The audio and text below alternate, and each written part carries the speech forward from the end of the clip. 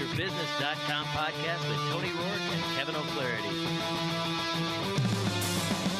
SeizeYourBusiness.com, making you money. Share it on Facebook, share it on LinkedIn, Twitter, our blog, YouTube video. Listen to our podcast, getting so hot that it's burning up the stereo.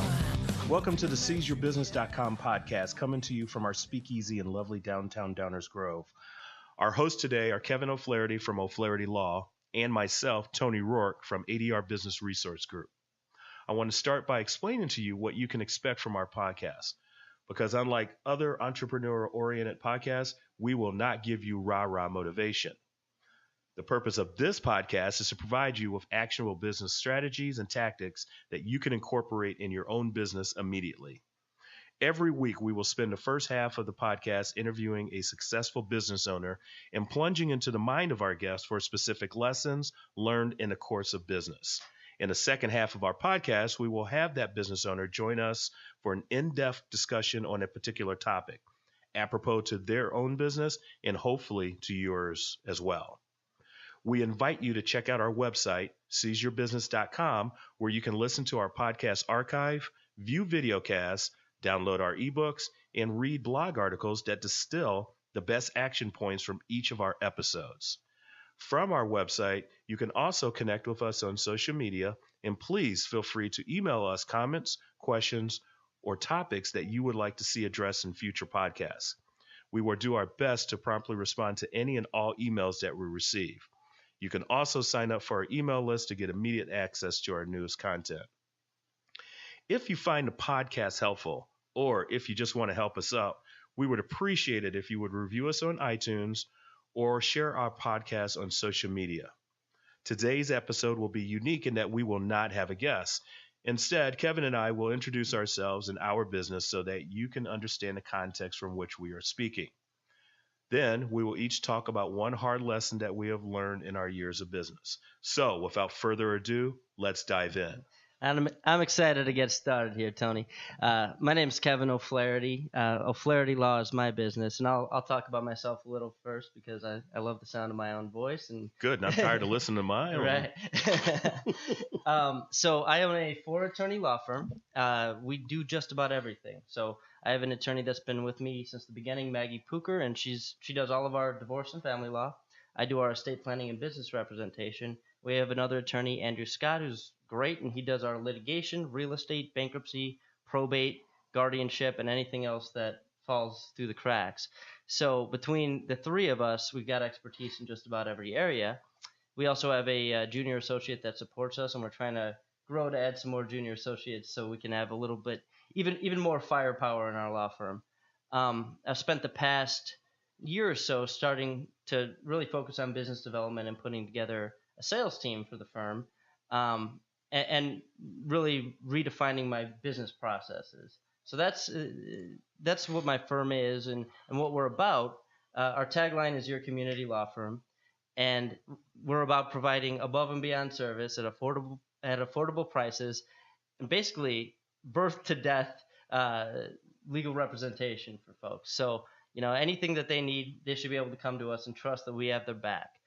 We also have resources like accountants, financial advisors, realtors, mortgage brokers that we trust and that we know do a good job. So basically any issue that anyone has in their life, we're a good starting point for. So, okay, great. So, Tony, you want to introduce your business a little? Absolutely. Again, name's Tony Roark. Company is ADR Business Resources Group. And what I specialize in is online marketing. And what I do is I help business owner establish their presence online, their brand presence in particular. This has been like a quest of mine, the ADR Business Resources Group, of a couple of years. And I originally started with websites, website development. But after doing a few websites and really delving into online marketing, I saw that there was a need to help business owners get their brand established online in online directories like Yelp, things of that sort. And that way, when people are searching for them, they just see their information, boom, done. And also in the background of that is I work with reputation marketing, reputation management. And then one of the other things we do is we take an online review or recommendation, convert it to a YouTube video, and then so basically you have a commercial, a 60-second commercial of yourself online. So that's pretty much it for me. And full disclosure, I've hired Tony for my business, and I'm really excited to be working with him. One of the things that I noticed when we first met, you provided me with a list of all these different websites that you could get my presence out on, and that I didn't even know existed. As someone, I'm pretty social media savvy, but not to the extent where I'm familiar with all the new websites that are popping up. And one thing I was excited about working with you was having someone with the knowledge to get my message out to places that I didn't even know were around. So what makes you kind of different from, a generic run-of-the-mill marketing guy? My difference, my tagline is contact, connect, create. So the reality is I contact people however I contact them. And then connect with them however I can connect with them. And then use my skills in technology. I've been in technology since 1992. And just use my skills to create whatever needs to be created to support that business owner in his goals, his or her goals. And I think over the years, I figured out I'm a technical person. You know me. I'm a techie. But you don't see me as a techie. Not at all. Because I can have that conversation with anybody about technology or any business, whatever, without, lack of a better word, looking like a geek, So I think over the years, I figured out, my talent is really the people skill and the people side of it. And I just happen to be technical at the same time. And it's been really cool for me. Well, and I think that's why we're friends, because that's where my talent lies too. And I happen to be a lawyer. Yeah. We are kind of, we kind of broke that dichotomy. You just blow right through it and have a good time. And see, I got excited there. So, so tell me we're going to talk about the one hard lesson that we each learned. The top one. I'm sure we've learned a bunch of them, but the top hard lesson that we've learned in our experience in business. What's yours, Tony? Ooh, I can pick many, to be honest with you, but the one I'm gonna stick with is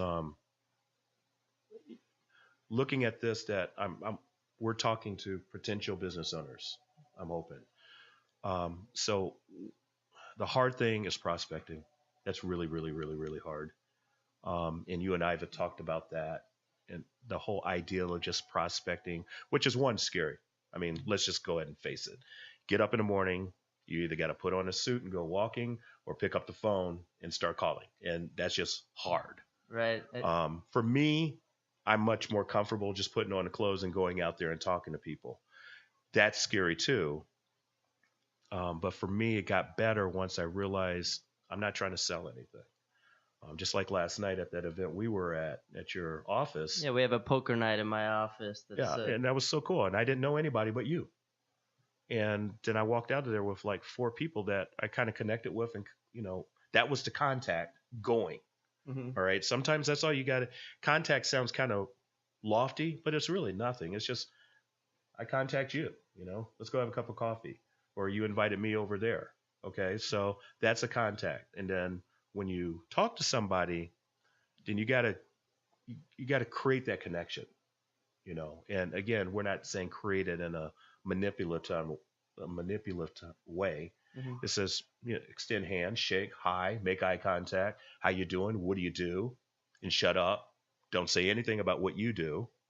Because I know a lot of people, we've been to networking events, right? Yep. It's like sharks in water, and people are just talking about themselves. But no, you got to let that person talk about themselves. Well, when I'm at a networking event or grabbing coffee with someone that I met at a networking event, and they're trying to sell me something, I instantly shut down, and I don't want to really do business with that person.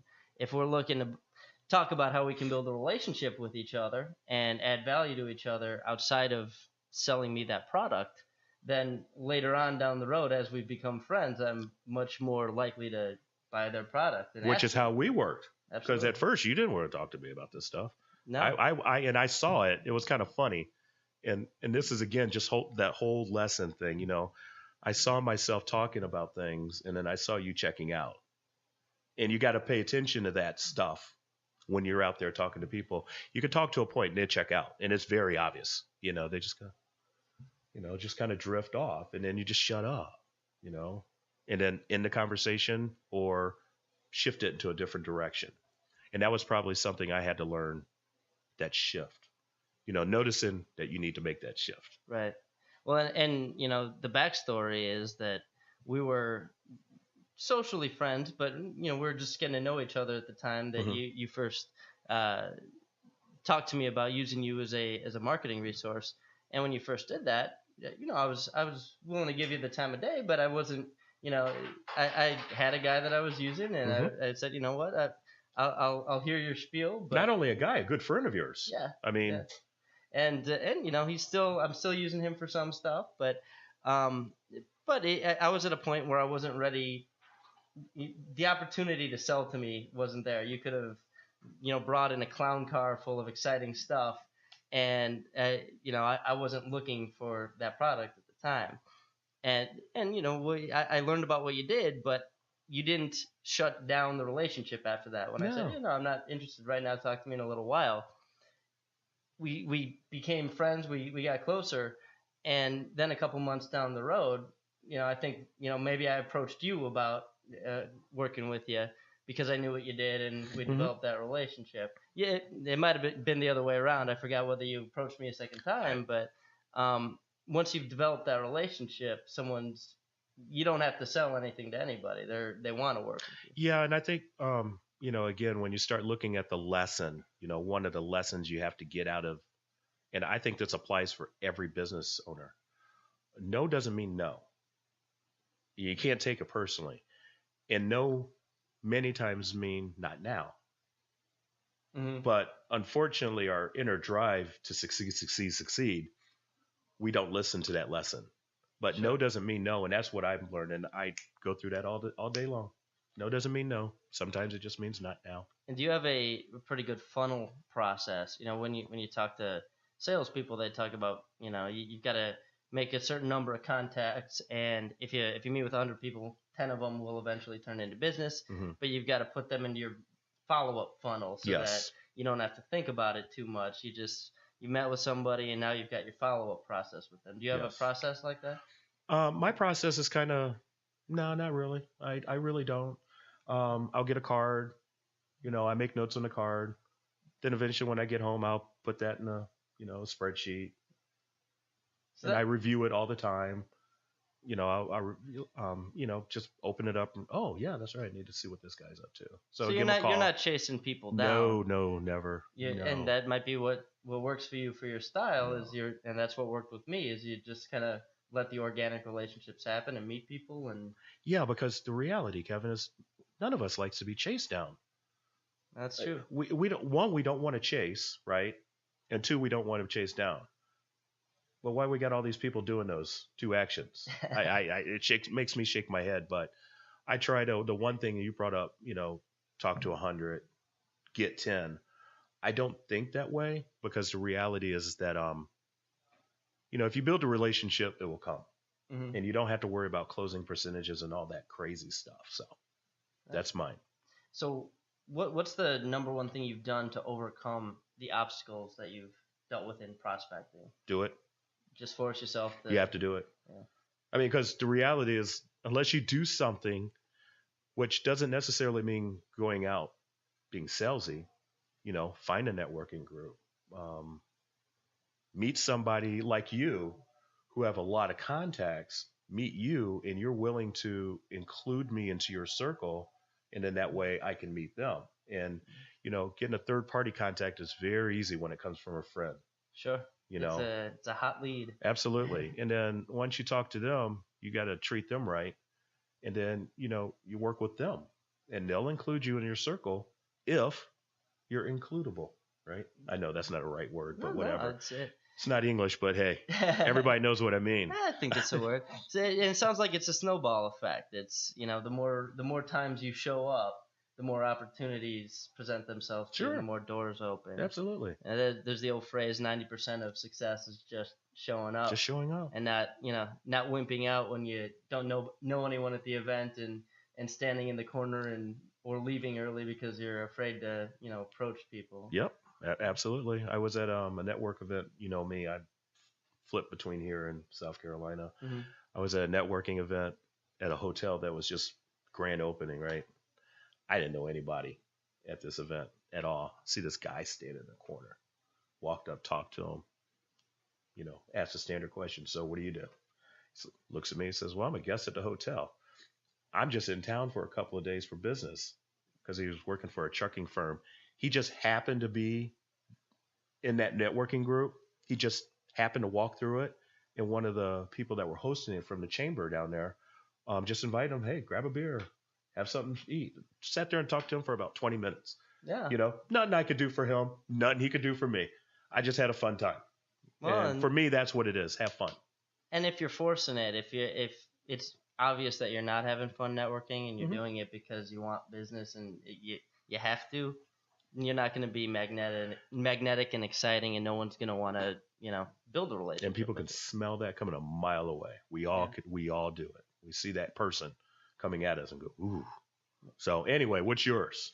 Well, mine is to fail faster. Oh, this good. is we have a mutual friend, Scott Mathis, that taught me this lesson. But you're gonna fail when you're setting up your business, and the trick is to not be afraid to identify something as a failure, correct it, and move on to the next plan. And when I got started in my business, I found myself having to hire attorneys because I had too much work to handle on my own, and I didn't know anything about hiring attorneys. I just knew what I made at my last attorney job, and I wanted to pay my first associate that salary. And the problem with that was that there was no incentivized pay structure. So no matter how much or little the associate produced, they were paid the same salary. Sure. Well, they didn't have any incentive to produce more. Okay. And pretty soon, all of the money that I was making, or the dollars that I was producing, were going not to pay my cost of living. They were going to pay my associate because she wasn't covering her own salary. Got it. Okay, got it. So I stuck with that model for like 2.5 years and kept pouring more money into the business and hired more associates. 2.5 years. Model. Yeah. Really? It took me until I reached a real low point where I'd put all the money I could put into the business before I said, I can't go forward with this anymore.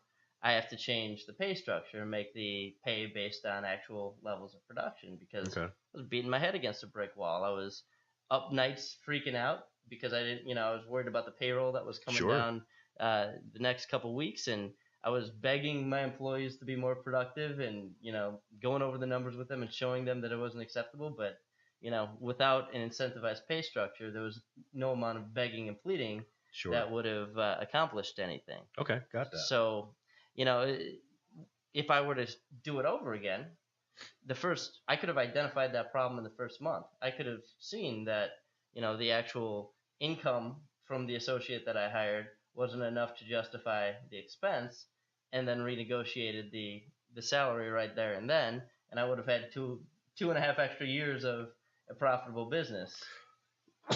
So, Excuse me. To me, it's the lesson was, don't be so personally and emotionally committed to having the idea as you've stated it succeed in that way. So if I was under the impression that it would be a personal failure if I wasn't able to pay this associate what I had initially promised to pay her according to the same terms that I promised to pay her. Okay. It would be a failure of the business model, and I thought that would reflect personally on me. Well, sometimes you got to fail in business, and you got to the best business ideas come from kind of hitting rock bottom on a failure, figuring out what you did wrong, correcting it, and now you've got a viable business model. And not beating your head against a brick wall doing something that's not working. Okay, so if I heard you correctly, yes, fail fast, but be willing to accept the failure early. Right. That's identify it as a failure, and failure is a loaded word. Yeah, ain't that the truth? Identify it as an error in your business model that needs correction, because you're an entrepreneur, I'm an entrepreneur. There's no amount of problems with our business model that would cause us to go work for somebody else. It's not that you're personally a failure. It's your business model that needs to be tweaked. Yes, that we idea didn't fail. It failed. And the best business owners that you hear speaking, the celebrity business owners on CNBC, they all talk about, hey, they had to try things, fail, try again. Donald Trump went bankrupt and now he's multiple times. Yeah, right. It's crazy. So you just have to accept that this idea, you can't be married to a particular idea. You can be married to your business, and you can be married to the fact that you're not going to let your business fail. But a particular way that you have your business set up isn't the way it has to be set up. And you can try some radical ideas. And if they work, great. If they don't work, move on quickly. And that's what I mean by fail fast. Okay, yeah. Got it. Yeah. That's a good one. I like that one. Well, I could take that and apply it right now. And that's the way that's what this is all about. Yeah. Well, I want to thank everybody for listening to this first episode. Absolutely. This is fun. And our next episode, we're going to be interviewing Kent Ebersold from Ebersold Inc. It's a print marketing company, and the topic is going to be marketing strategies. So, this will be fun. Yeah, I'm looking forward to that. And, please visit our website, seizeyourbusiness.com, and share us on social media. Please review us on iTunes. And, thanks so much for doing this with me, Tony. No, thanks for inviting me. This is going to be a blast. Looking forward to talking to you guys in the future. All right. Have a good one.